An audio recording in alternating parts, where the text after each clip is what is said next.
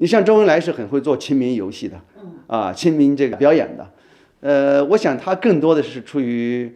比如说收买知识分子的人心。赵紫阳1949年共产党一执政，对，他已经是地委书记，然后没过2年，他已经到省里做领导人了，非常年轻的省委一级的领导人。到文革前，他是全国最年轻的省委第1书记。那现在这些干部为什么吸引他？你离开了共产党，你狗屁都不是。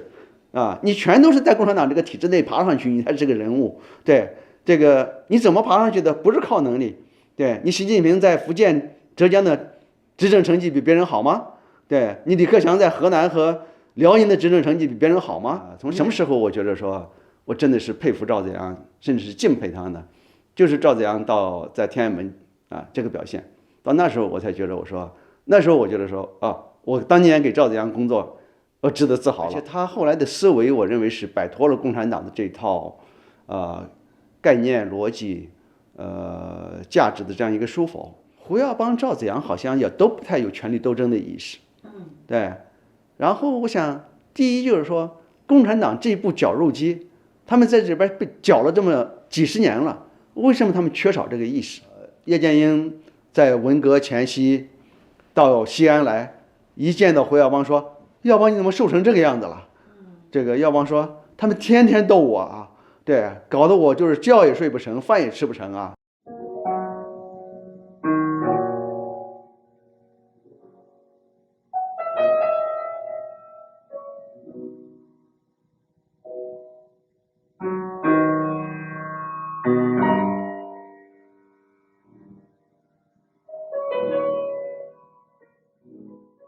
吴光老师，我们继续我们的对话。在这个80年代改革的时候，其实赵紫阳作为整个这个改革小组的实际的这个领导者，当然您更多的是跟鲍同这些交往，但是您在详细的回忆了跟鲍同的这种工作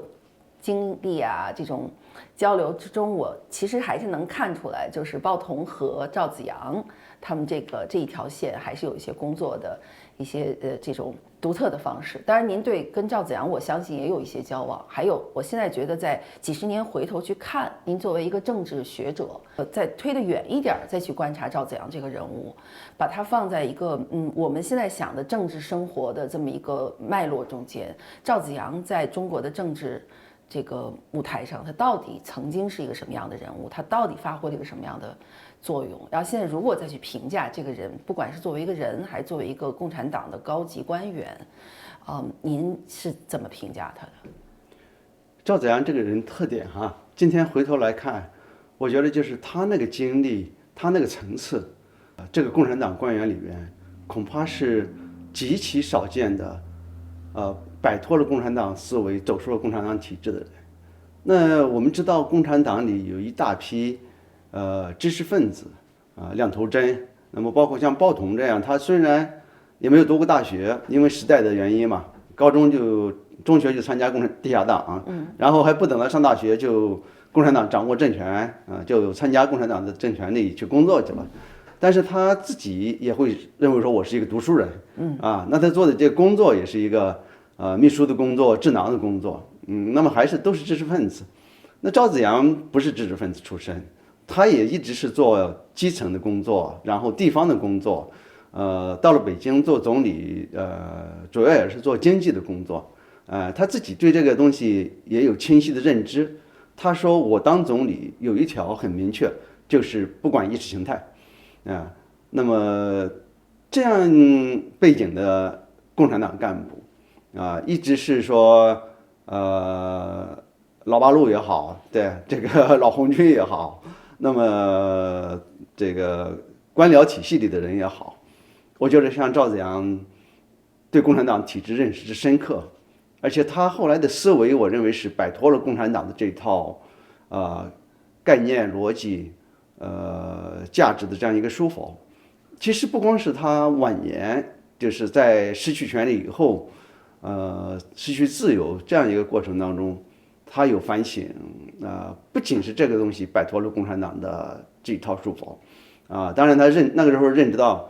中国要搞议会民主这个才是中国政治的正确的一个方向。这个在目标上他认识又迈进了一步，但是这个是和他的这个思维的方式是一直联系在一起的。我想我在没有到政治体制改革的班子工作以前，对赵是不太以为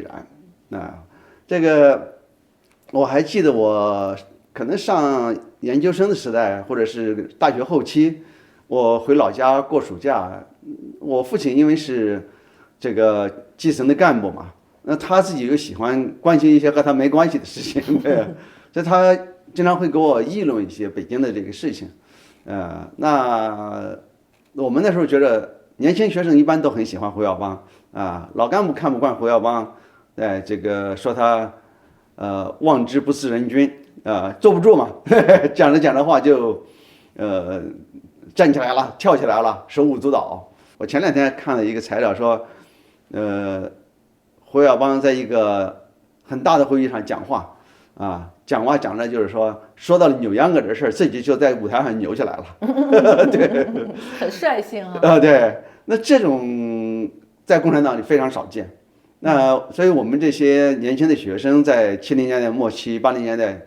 这个是喜欢，就是说，这至少你不是共产党那一副官僚脸是吧？这个今天讲就是油腻啊，那不仅是油腻了，那油污，对，这个地沟油脸，对，这么一个状态，那他不是，所以我们觉得胡耀邦很好，大家喜欢他作为一个人的这样一个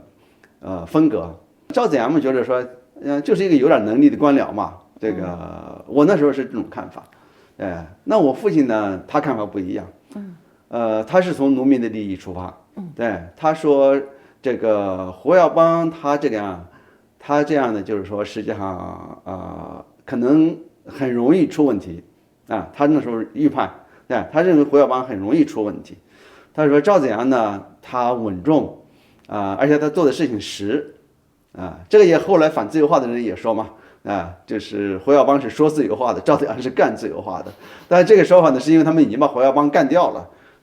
那胡耀邦当然也不仅说自由化，他也干自由化。对，那这个其实后来影响了，包括要到赵那里去工作，其实也影响我的这样一个决定。本来我就对秘书这工作有很多的犹豫那么赵到底是个什么样的人啊？对，好像觉得这风格也不吻合吧，那后来赵子阳找了李树桥去做秘书，就是红旗，李树桥当时是在红旗工作，那我那时候不认识他，后来我认识了，我觉得李树桥确实是适合，对，李树桥人稳重，那个不会像我们这样讲着就大声了，对，这个平时那么一个人。其实我整个在这个赵子阳报童这个班子工作的时候，我只是对赵有了新的认识，但是并没有说我是赵子阳的人，这个我如何欣赏，乃至于公开的会赞扬赵子阳，这个完全没有。这个后来我也写过文章，是给英文的 Time 这个时代周刊写过一篇文章。就是讲从什么时候我觉得说我真的是佩服赵子阳，甚至是敬佩他呢？就是赵子阳在天安门这个表现，到那时候我才觉得那时候我觉得说我当年给赵子阳工作，我值得自豪了不是因为我给他工作过自豪，而是说有这么一个共产党有这么一个人物他可以牺牲自己的权力地位，然后站到民众的一边我觉得而且是以对民族负责任的态度站到那一边去。当年在那里工作的时候，我对赵子阳可能像最深的感触就是，第一，他对现实非常了解，他对中国的这个实际情况非常了解，你比如说讨论基层民主，这个是赵子阳提出来的，就是说我们这个要搞民主呢，基层民主非常重要，因为就是那天讲的。中国一个单位一个太上皇，对，一个党委书记就是一个土皇帝，说的最好听一个大家长，他说我们这个单位里的黑暗的事情太多，那么工人群众也好，这个别的这些民众也好，那他有了冤屈，有了苦，有了不满，连个地方说都没有地方说，所以他那时候讲过，他说应该有一个社会问事处，政治问事处，大家到那里去，这个说怎么回事，什么事情应该怎么办，有什么牢骚到这儿发，他说光靠上访这个是不行的，要有一个制度性的东西。他还讲过，就是说年轻人分到一个单位里去，那你如果把单位领导得罪了，又不能流动，这辈子就完了。那他讲的这些话，当时他在这个会议室里讲的时候，那我坐在那里，作为一个从在农村里生活那个当过农民，然后我也在工厂里亲身体验到这种一个小组长就可以压得你喘不过气来这个，所以当时我就很感动当时我就很感动。我觉得就是这种对现实的了解，对底层民众的切身利益、每日每时这个生活当中遇到的问题的这种同情，我觉得共产党其实可能像整个1949年以后不会有太多的人有这种切身的这样一个同情和了解，当然更没有想到就是说要改变这个共产党的权力结构，来改善这种情况。你像周恩来是很会做亲民游戏的，亲民这个表演的，我想他更多的是出于比如说收买知识分子的人心，那么这也是哪怕一直到今天那么多知识界的人都说周恩来好。还有就是说，他对那些搞统战的这个统战对象，当然也很，他对民众也有一些，比如说文革当中河北邢台地震那么周恩来当时也就到邢台去了，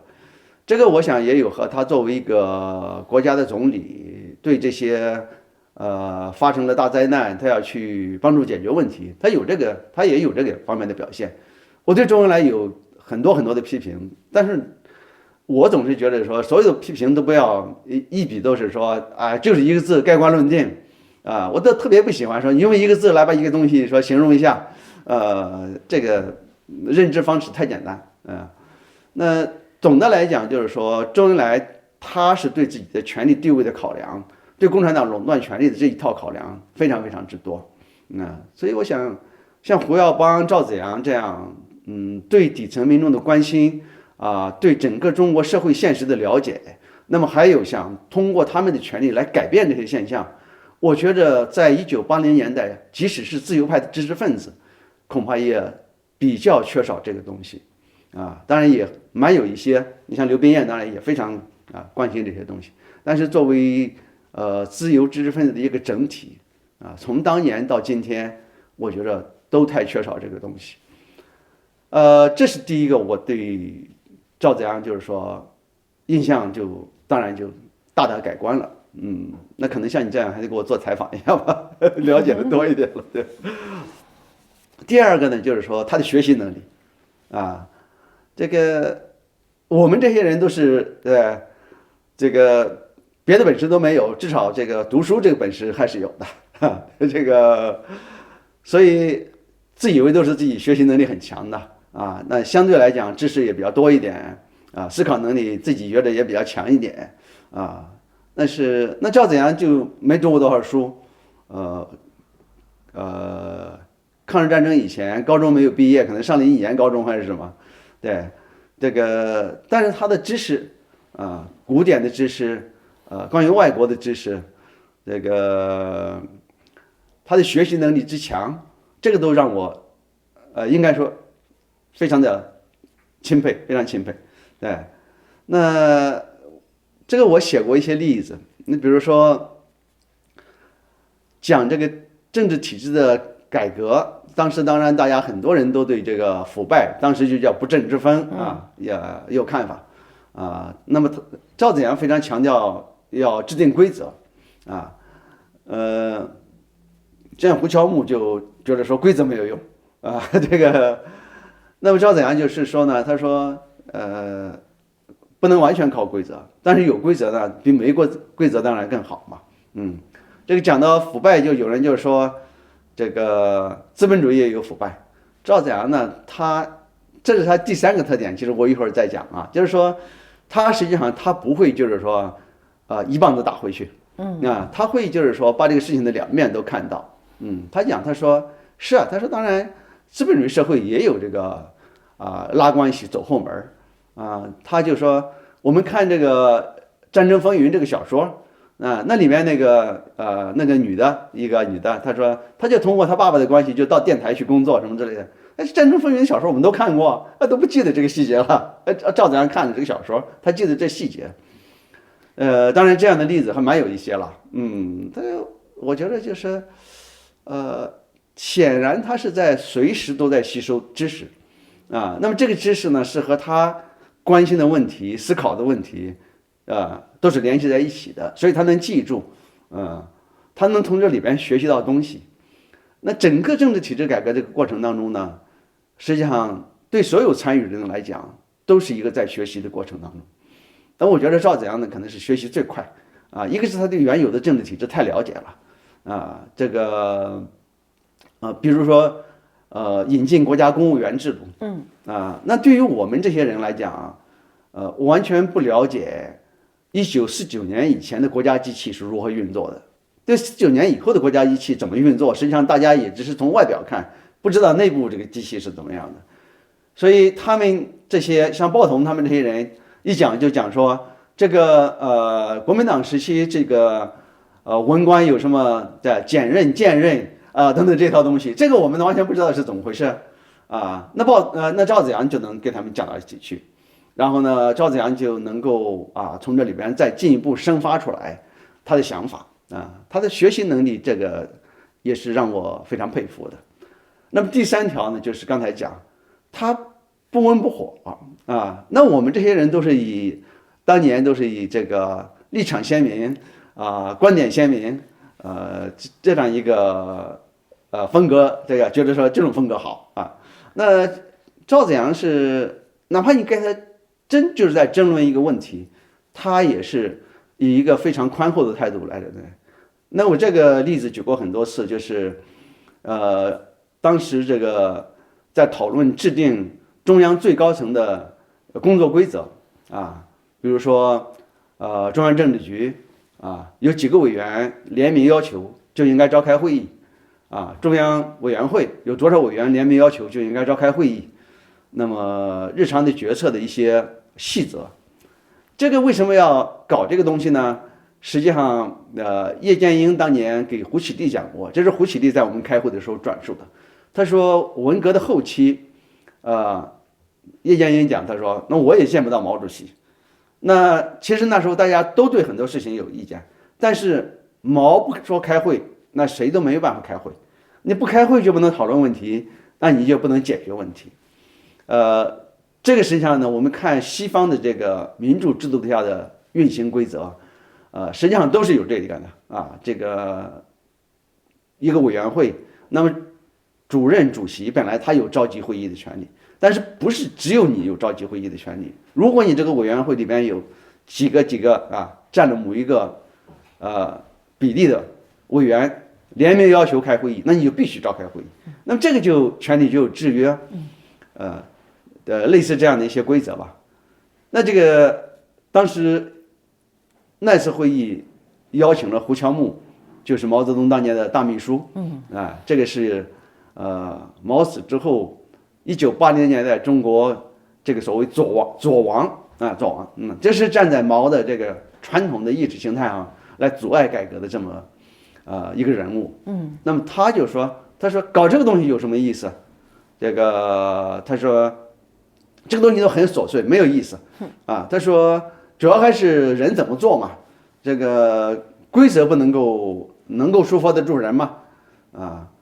那么赵子阳就说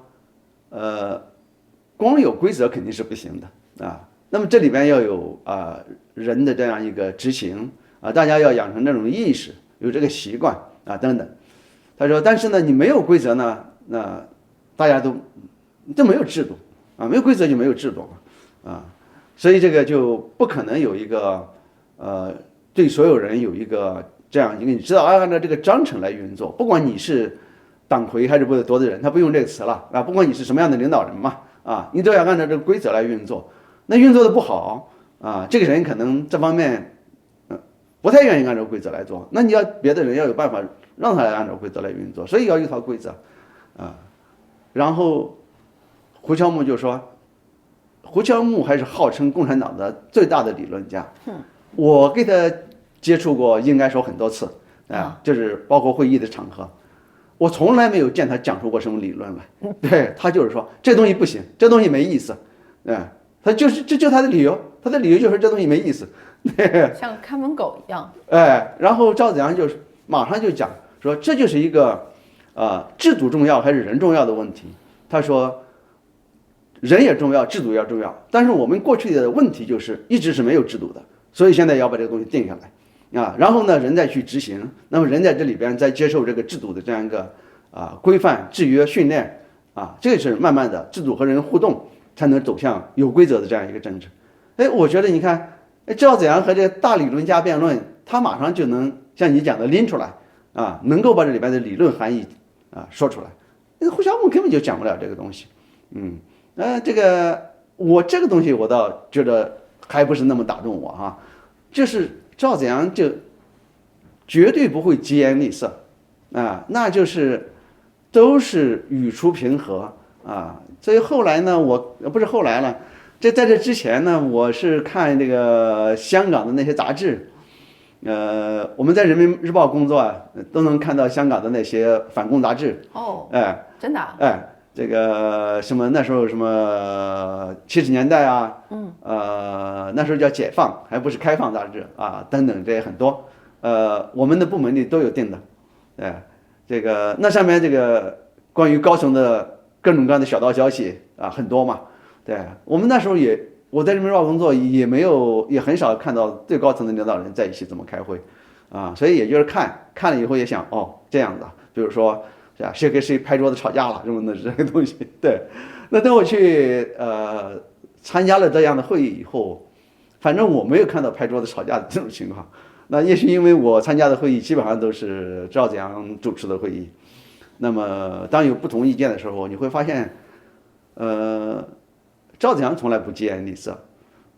如果别的人比如说波一波有时候说话可能很厉害，但是赵子阳对他的回应很有技巧，比如说有一次这个就是会议还没开始之前，开始或者会议中间休息一下怎么样，这个或者是讲到一个事儿，其实呢很多这个其他的领导人，他到这种会上来，他不发表什么意见，他就是闲扯几句，你比如说当年这个价格改革的政治局会议上。江泽民就发表了一句话的意见，说上海都传言对王海开飞机带着活鸭猫跑到国外去了，这就是他整个政治局会议就发表了这么一句意见。对，到这儿来这个八卦来了，就是对，就这么一个。那天也是开会，忘了这主题是什么，然后彭冲他也是中央政治体制改革研讨小组的成员，他就说这个《深圳青年报》登了一篇文章。说要叫我赞成小平同志退休，他还没说完呢，这波一波一下就变脸了。波一说这《深圳青年报》是谁的报纸如果是我们党的报纸，这个就不能对这个领导层的事务胡说八道这个如果不是党的报纸，那更不应该对我们党的事务这个瞎说八道了，是吧？这个然后就非常严厉的批评了。那天的氛围非常特殊。他这么一生气，对，这胡喜立就坐在他旁边，胡喜立就噌的一下站起来了，因为薄一波说了一句重话，薄一波就说都盼着我们老头子死然后说我们老头子不死，你们也上不来。这个胡喜立一下就紧张了，胡喜立一下站起来说，我们希望老革命家同志这个健康长寿。我也没见过这种，就是没见过这种场面。无垠吗？这是。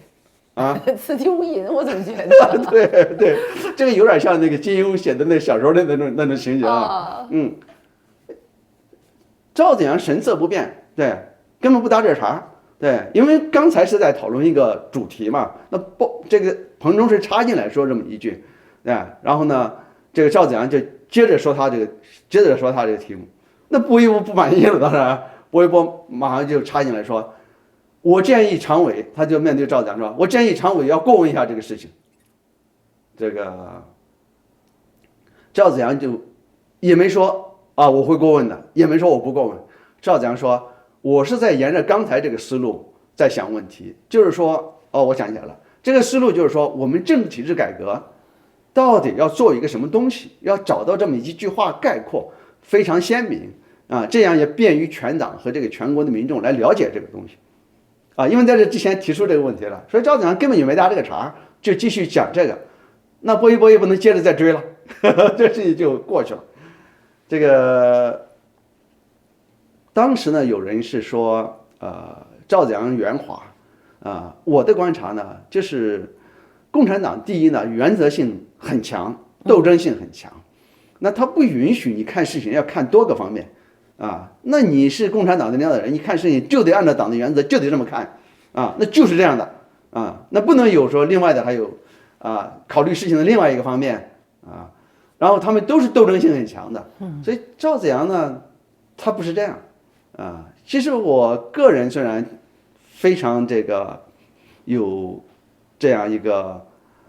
怎么讲，就是我个人呢，他是脾气比较激烈，对这个当然片面性也很多啊，所以我从这个赵子阳这里呢，我学到了就是说。一个你看事情是有各个不同的方面，尤其是政治上的事情，因为政治上的事情，如果你只看一个方面，你又是领导人，或者是你是在决定政策，那这本身就是专制，你没有把各种不同的利益考虑进来，你要在这个各种不同利益里边找一个最大的公约数，这个可能对谁都不是最好的，但是对谁也不是最坏的。那共产党就要老找一个东西说，这个东西就是对所有人最好的，我说它是最好的，它就是最好的。那我觉得这个是从根本上和共产党思维方式不一样。另外，他这个对人的这个态度呢，其实我后来听说，当年在广东的时候，这个赵子阳之所以后来这个叶剑英当年是开始是1949年以后，叶剑英作为广东人，首先来到广东，在广东主政，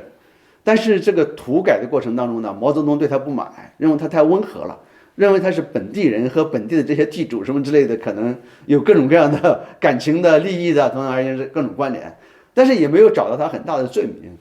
就把他调离广东，调回北京去了。那么在调离之前当然就要开他的这样一个批判会就是说你在广东这个土改政策是不对的。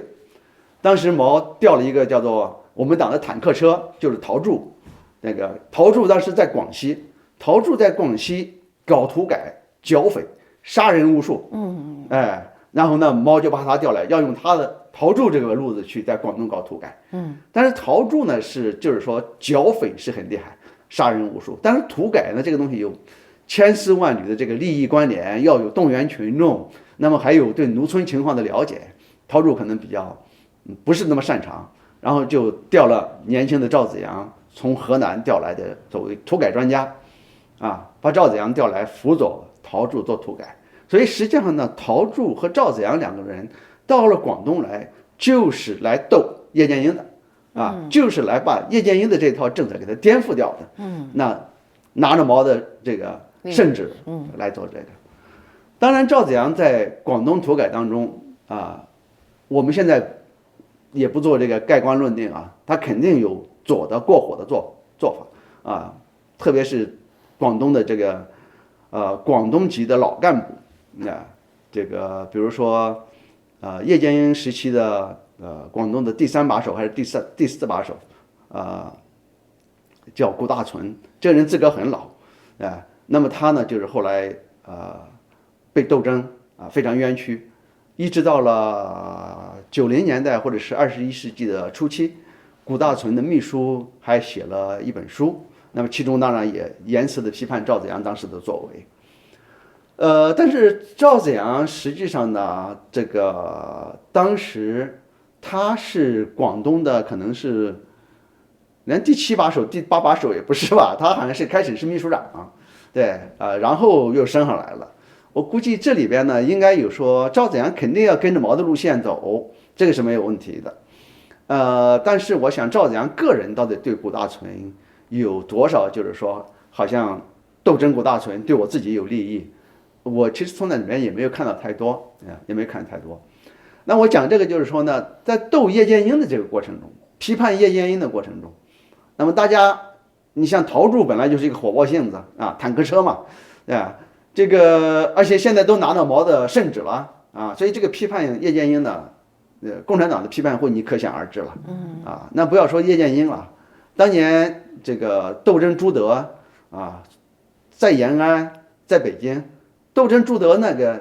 下边以前跟着朱德的这些解放军的将领，那这是指着朱德的鼻子骂呀，那么赵子阳呢，后来听人讲，这个赵子阳是一口一个参座，那因为叶剑英长期当参谋长嘛，在这个党内的通称叫参座，这个赵子阳是一口一个参座，就是说这个事情这个好像不应该这么做，那个事情不应该那么做，所以这么多斗叶剑英的人，叶剑英对赵子阳印象极好，叶剑英觉得说赵子阳这个人就是说他不是这个这落井下石这么一个人。那他不是说我得理不让人，我就要搞死你，然后这样我就得到好处，他不是这样一个人，这个其实对赵子阳后来的政治生涯是很有影响，就是到了1970年代末，1980年那时候叶剑英权力很大，华国锋、叶剑英、邓小平这样一个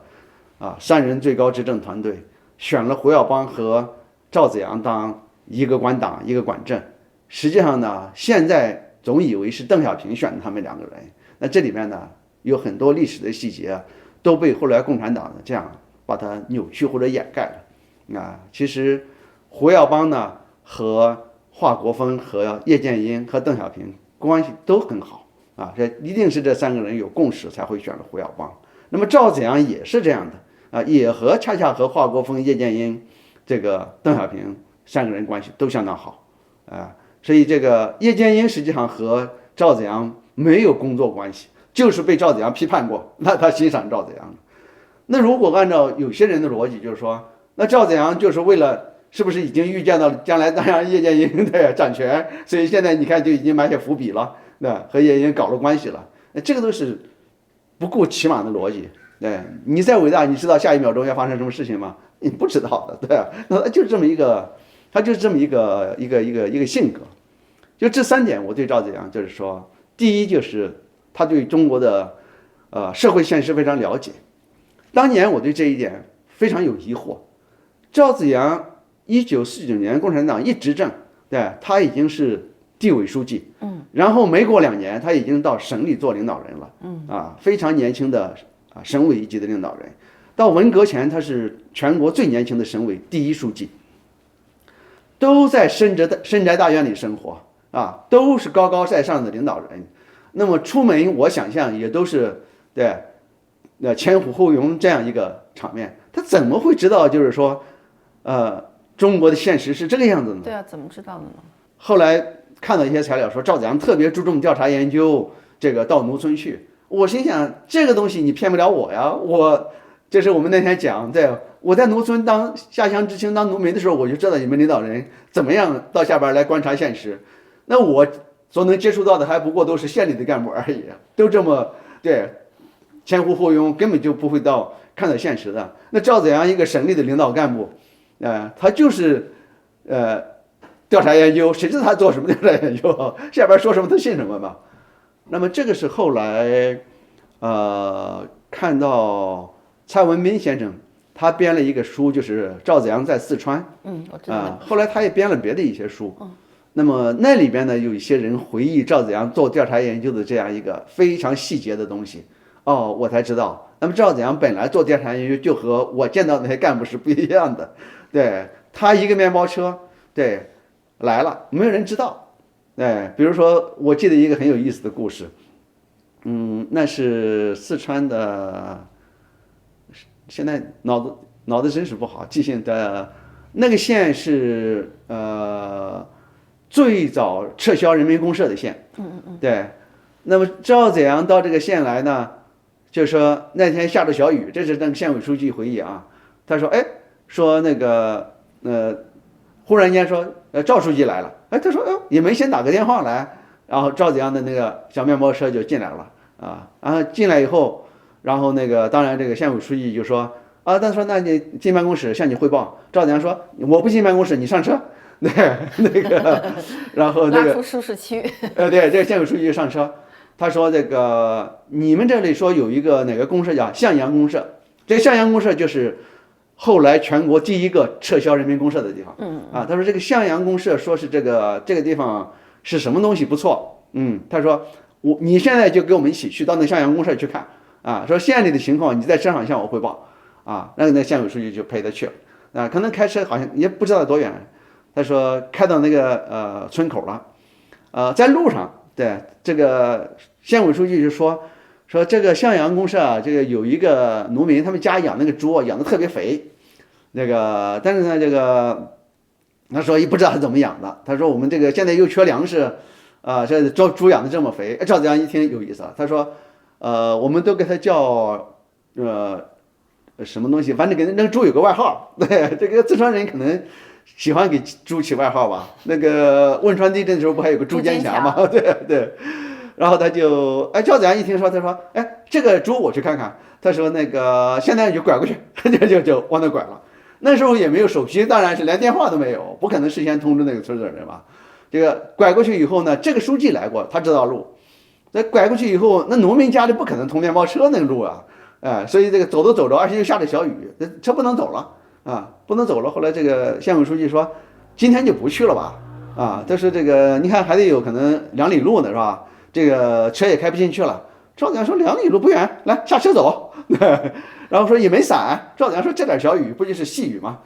然后呢，他们一帮人就淋着雨趟着泥，在这个有点泥就趟着路就去了那个农民家了。那农民一看说这个猪很好，结果赵子阳一看说。这猪怎么让它站起来？说这个猪站不起来，太胖了，然后赵子阳说不是太胖了，你这个饲料里一定有缺东西，那不可能是因为它太胖了就站不起来了，很可能比如说缺钙呀，缺什么东西啊。他说你把你那个饲料呀拿来，这个我带一点去，那交给他身边的工作人员。他说你呀回到成都以后啊，你让这个农科院农研所去研究一下这个饲料，看这饲料里缺什么东西，虚胖，给他那个解决一下，然后就好，看完了就走了。这个县委书记回忆的非常有细节，他说那农民那个房子那很低啊，他说赵子阳个子又不低，他说进去的时候还碰一下头，这是他的调查研究的方式。那这种故事后来这些人的回忆里边，这种故事太多了。那我看了这个之后，我才知道说。那他当然对现实很了解，他对我们可能都了解，因为我们只是知道自己，我在一个单位里，我知道这个单位是什么样，他可能到处去看，到处去听，他知道这个东西。这个，他第一就是他，对现实非常了解，对民生疾苦确实是非常的关心。第二就是说他知识广博，学习能力非常强，我觉得这个学习能力是推动他不断的从。比如说毛时代，大跃进极左那时候他也跟着极左呀，然后到后来，一直到大饥荒以后，他开始对这个到农民家去抄粮有反省，然后到他自己讲文革是我大彻大悟然后到毛之后，他开始搞农村改革，然后搞经济改革，在搞经济改革的过程当中，这是鲍同。写的那个回忆当中，别人对他的访谈，他就说我开始到赵子阳那里去，那赵子阳觉得在经济上和我是思路一致的觉得说对鲍同认为政治上要搞改革，赵子阳那是觉得不能接受这个想法，觉得太超前了那过几年赵子阳觉得说不搞政治改革不行，他自己从这个现实当中学到这个东西了。那么在政治改革过程中，就是说开始搞什么东西，他也是一步一步的在学习，然后推下去。这个学习的过程，不仅他有学习能力，他没有意识形态束缚，这个第三个就是说，他这种看问题、分析问题的方式是多面的，看到事情的多面性，然后呢，考虑多方利益的合理性，他不是说你这个利益和我冲突，我就觉得说你的东西不行，那你就是敌人，他没有这样的东西。但是也不是说他不坚定啊。那你像胡乔木讲的东西，他就是很坚定，他就是很坚定。包括你说像薄一波，就是说你这个中央政治局常委要角色镇压这个深圳青年炮，深圳青年炮后来是被镇压了，但相信我，不是赵紫阳主持做出的决定。深圳青年报是吧？深圳青年报，对这个，那么他就可以罔顾左右而言他，就过去了。对，就过去了。对，这样的情况还有更多别人的啊。我们有一次开会，这个说起来，这个赵紫阳讲就是说，我们现在如果办一张专门揭露负面现象的报纸，这张报纸一定是全国最畅销的。他说这么几句话，他了解，他懂，他知道这个心理。结果薄一波就说，这个深圳青年报不是深圳，这世界经济早报很不像话。那他说，接下来一句说，外国都说世界经济早报是赵总理支持的，这个支持了没有？这等于当面质问赵紫阳啊。对啊。赵紫阳只能轻声的说没有，然后接着说别的。这个东西赵紫阳没办法不回答了，是吧？这个那时候你就说支持了没有，这个明显就是问你的，你也不能说我还在想别的，没办法说了啊。赵紫阳只能简单的说没有啊，然后他就说别的东西去了啊。这个当我们讲1980年代新闻改革的时候，其实世界经济早报是一个应该研究的一个典型。对1990年代可能应该研究冰点呀、南方周末呀，对，这个东西都非常有意思。应该说这3个特点在这个高官里面是很罕见的，所以就能是不是能差不多能说明，就他在这几个最关键的点上。我们现在知道，就像您的研究，还有一些书后来的资料都说出来了，就是其实邓小平426社论的时候，跟他去授意李鹏要做这么一个定性，但那个时候其实他已经下决心要动赵紫阳了，或者说再往前他已经下决心了。所以像这样的消息，赵紫阳他怎么知道的？然后在这么风云变幻，但现在觉得惊心动魄，但当时外界是不知道的。他面对这样一个情况，后面在广场上学生们的这个抗议啊，市民的声援的过程中，他那段时间您现在知道的他经历了什么？然后还有他最后他怎么还能到广场上去说那番我们都很了解的话，说我来晚了。他当时现在看他说这段话的时候，他做了什么样的决定？还有就到最后您必须再讲一下，就是最后怎么动的手，到底怎么抓的他，怎么清洗的他身边的这些人。我当年在北京的时候对权力确实没有一个清晰的意识，所以不懂得从权力的这样一个角度去观察政治。那么那个时候比较理想主义的这种价值主导的，那天我们讲到就是说，这个政治上的这个斗争总有两个这个因素是最主导的。那一个是权力本身，争夺权力嘛，权力斗争；再一个就是权力之中所蕴含的不同的价值的这样一个取向。那当年作为一个年轻人，那我是只知道看到价值的东西，看不到权力本身这个斗争的这样一个因素。但是在胡耀邦下台以后，其实我开始对这个东西有一个反省。我就想，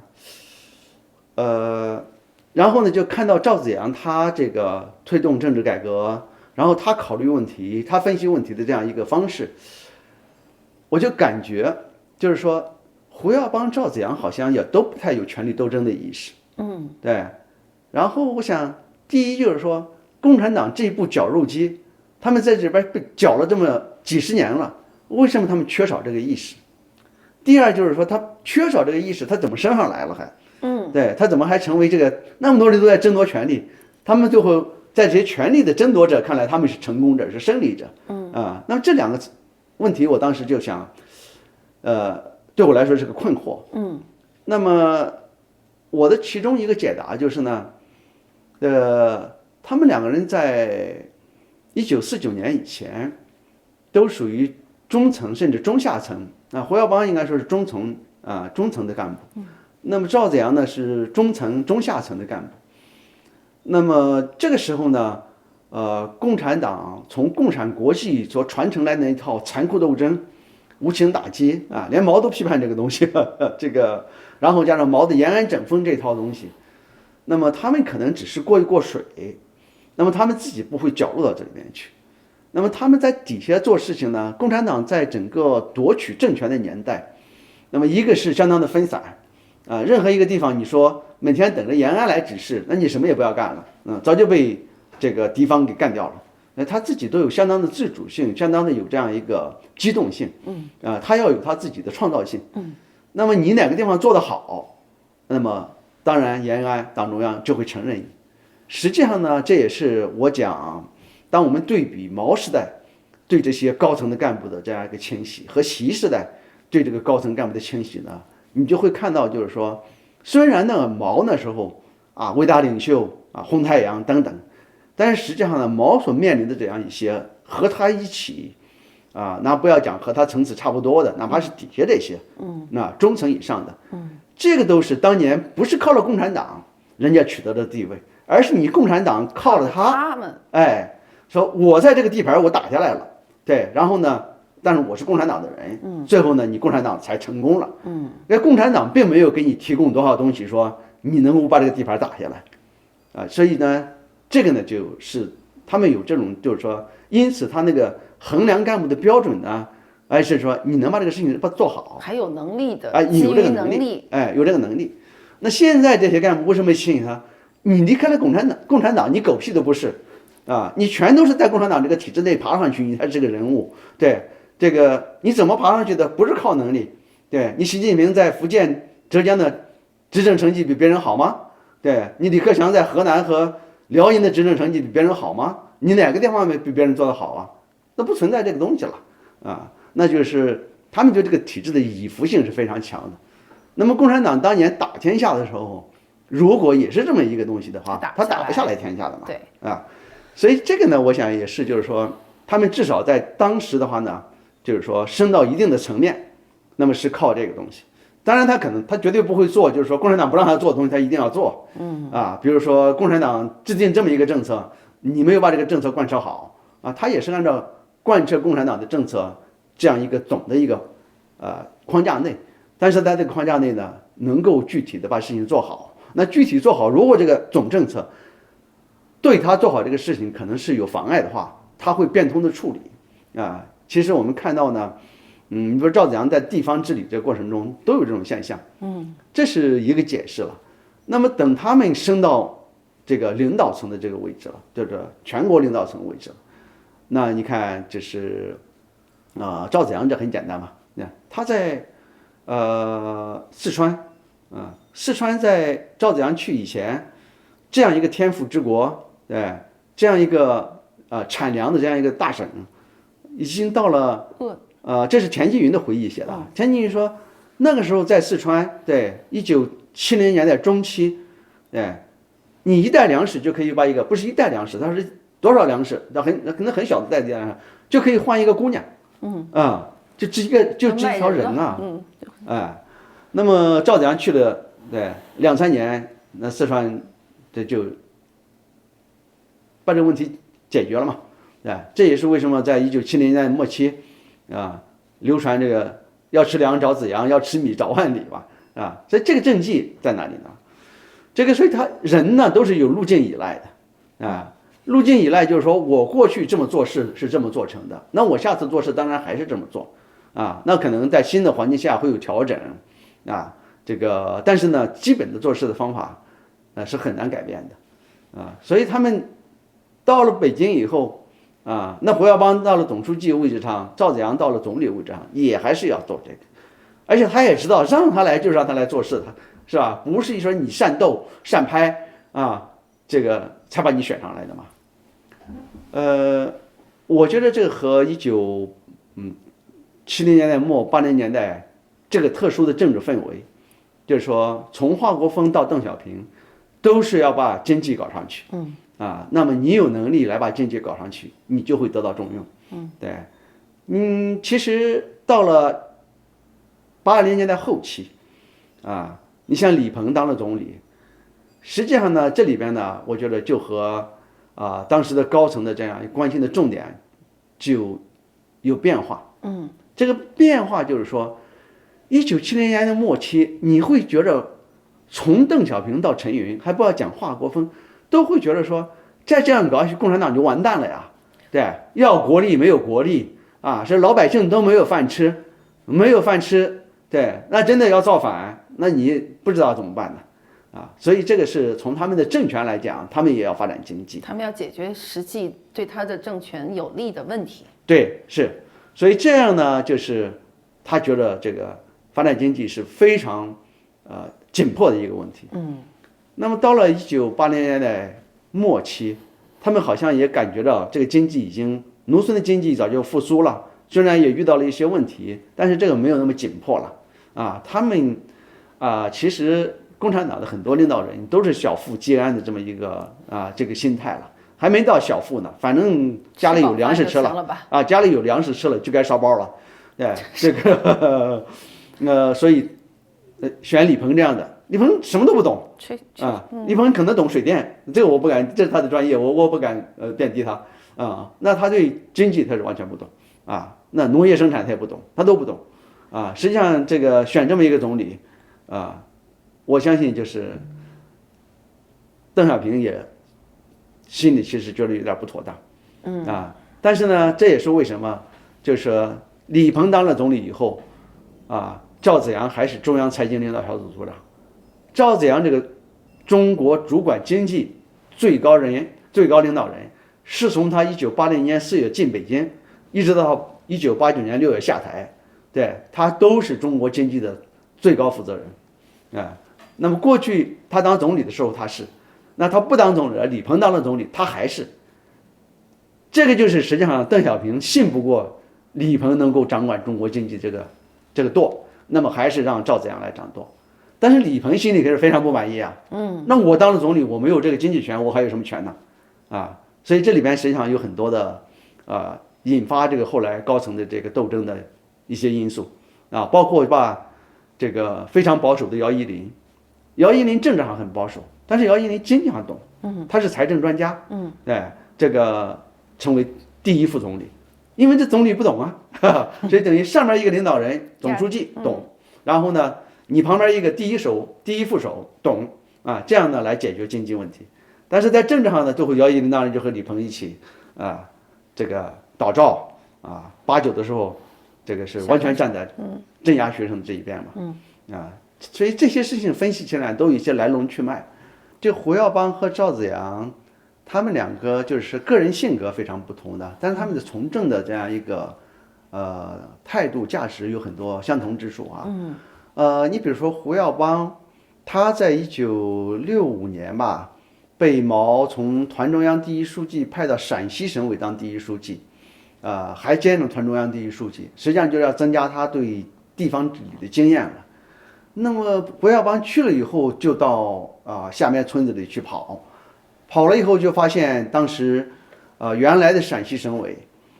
包括整个西北局的农村政策有很大的问题。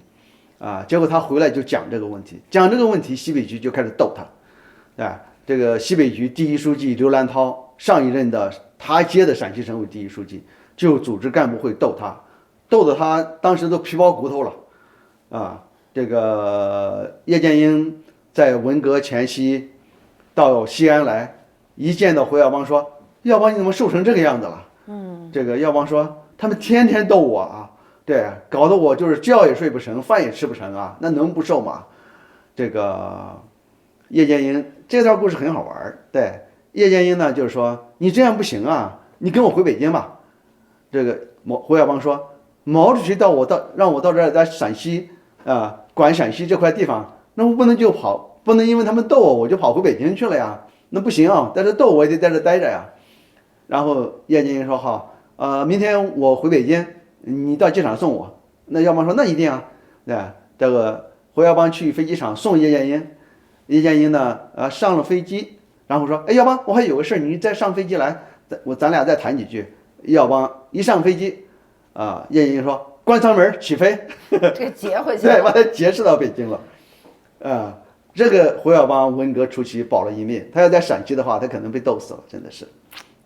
所以我说叶剑英和胡耀邦关系很好，那后来选胡耀邦当总书记，绝对不是邓小平一个人的主意，这个人你会看他的，就是说，他是为了这个农民的利益，对吧？他明明知道这个东西，你上一任陕西省委第一书记刘兰涛，现在是你的顶头上司，是西北局第一书记。那你来了以后，就对他这政策不满意，你就要改这个东西，他不考虑这个权力这个因素，他首先考虑的是做这个事情的因素啊。那么赵紫阳他也是这个思路啊，也是这个思路。所以我曾经写过一篇文章呢，我就讲，我说这个政治家呢有3种，一种呢就是说这个会搞权力，不会做事啊。那么中国呢，共产党这个体系下，这种人是很多的，越到后来越多。现在可以说差不多都是这样的人啊。然后当年我写这文章呢，我就说江泽民就是这样的人啊。江泽民，我听说江泽民看了以后非常不高兴，对，非常。然后第2种人呢，就是说会做事情，但是权力方面不精通啊。那胡耀邦、赵紫阳都是这样的人。那么当然还有一种呢，那就是高层次的政治家了，对吧？会做事也会搞权。那邓小平是个典型啊，邓小平是个典型。邓小平还是会做事的啊，这个但是会搞权，搞权他也会搞了。